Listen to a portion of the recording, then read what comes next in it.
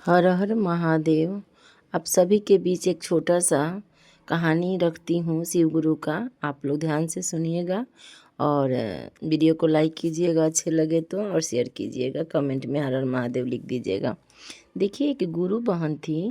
वो बचपन से ही जब जन्म हुआ थोड़ा सा उनके पास में ज्ञान आया तो सुनी थी कि सभी लोग महादेव शिव को अपना गुरु बनाते हैं। तो गुरु बहन भी महादेव को अपना गुरु बना ली और बचपन से ही वो नमः शिवाय करती थी, दया लेती थी। ऐसे करते करते समय बीतता गया। एक दिन की बात है, उनकी शादी का बात चलने लगा। उसके बाद क्या हुआ कि वो उनका शादी हो गया। जब वो शादी करके गई अपने ससुराल, तो वहाँ जा कर के वो 3 सूत्र करती थी। लेकिन उनके ससुराल वाले को पता नहीं था कि 3 सूत्र होता क्या है और महादेव को कैसे गुरु बनाया जाता है। तो वो सोची कि नई नई बहू, अभी किसी को बताऊंगी तो पता नहीं लोग क्या फील करेगा, तो किसी को नहीं बताई।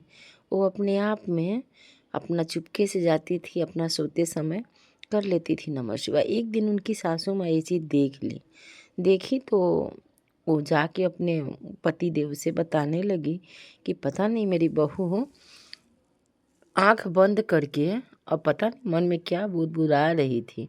हमको तो लग रहा है कि वो कुछ सीख के आई है, वैसे कर रही थी तो हमको तो ऐसे लग रहा है कि कुछ वो सीखी है, डाइन वाइन है क्या। ऐसे वो मन में सोचने लगी और अपने पति से बात करने लगी। तो उसका पति बोला कि ऐसा बात है। तो सब परिवार उसको ये चीज़ पर ध्यान देने लगा कि वो कब क्या करती है, हम लोग भी थोड़ा उसको देखें। फिर वैसे वैसे वो करने लगी। फिर गई, सुबह उठी तो इसे दया मांगने लगी हाथ जोड़ के। फिर घर में झाड़ू उड़ू लगाती तो नमः शिवाय मन ही मन में करते रहती थी। तो एक दिन उसकी सास बोली कि तुम क्या बुदबुदाते रहती हो हमेशा। तो उसकी बहू बताई, जो गुरु बहन थी, कि देखिए ना, हम महादेव शिव को अपना गुरु बनाए हैं और वो हम लोग को 3 सूत्र मिला है, वही मंत्र हम जपते हैं। तो उनकी जो सास थी वो नहीं समझ पाई। तो फिर क्या हुआ कि वो मन में ऐसे सोच रही थी कि देखो ना, हम तो इन लोग को बता रहे हैं लेकिन ये लोग समझ नहीं पा रहे हैं। फिर क्या हुआ, उसको मतलब गलत निगाह से लोग देखने लगा कि वो डाइन है, अच्छी नहीं है।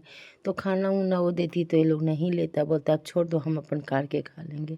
ये लोग को लगता था कुछ करके दे देगी ऐसा, मतलब अब नई नई बहू थी, वो भी अनजाने लोग विश्वास नहीं कर पा रहा था। एक दिन क्या हुआ कि मतलब उनके सासू माँ का तबीयत खराब हुआ तो क्या बोले कि आप दया मांगिए ना, ठीक हो जाइएगा। तो बोली कि नहीं, तुम ही तो आई हो तो मेरा तबीयत खराब हो गया, कि तुम अलग रहो, तुम हमको मत छुओ। तो बोली कि ऐसा मत बोलिए, हम कोई डाइन थोड़े हैं कि हम आपको कर दिए हैं या हमारे आने से आपका तबीयत खराब हुआ है। आप ठीक हो जाइएगा, शिव गुरु पर भरोसा करके देखिए ना। तो बगल में एक जगह मंदिर था, पास ही में उनका घर के पास। वहाँ पे उनको लाउड स्पीकर से चर्चा हो रहा था तो उनको सुनाई दी उनके बहू को। तो थोड़ा देर के बाद उनकी सास मतलब ऐसे सोई थी, तो वहाँ गई और जा कर के चली गई निकल के। अरे बोली कि जाने दो, मेरे सास से बड़ा थोड़े ना है कि क्या है, आज निकलना ही है, कल निकलना है। एक अपना सिर पे पल्लू लेके चली गई। वहाँ गई तो चर्चा में थोड़ा देर बैठी और वहाँ से शिव गुरु का जो भभूति गिरा था विराम के बाद, उसको लेके आई, प्रसाद लेके आई, अपने सासू माँ के सिर पे लगाई और लगा करके, सासू माँ उनकी नींद में सोई थी, लगाई और नमः शिवाय करके अपने सासू माँ के लिए दया ली। और उनकी सासू माँ जब उठी तो एकदम अच्छा फील कर रही है कि वो ठीक हो गई।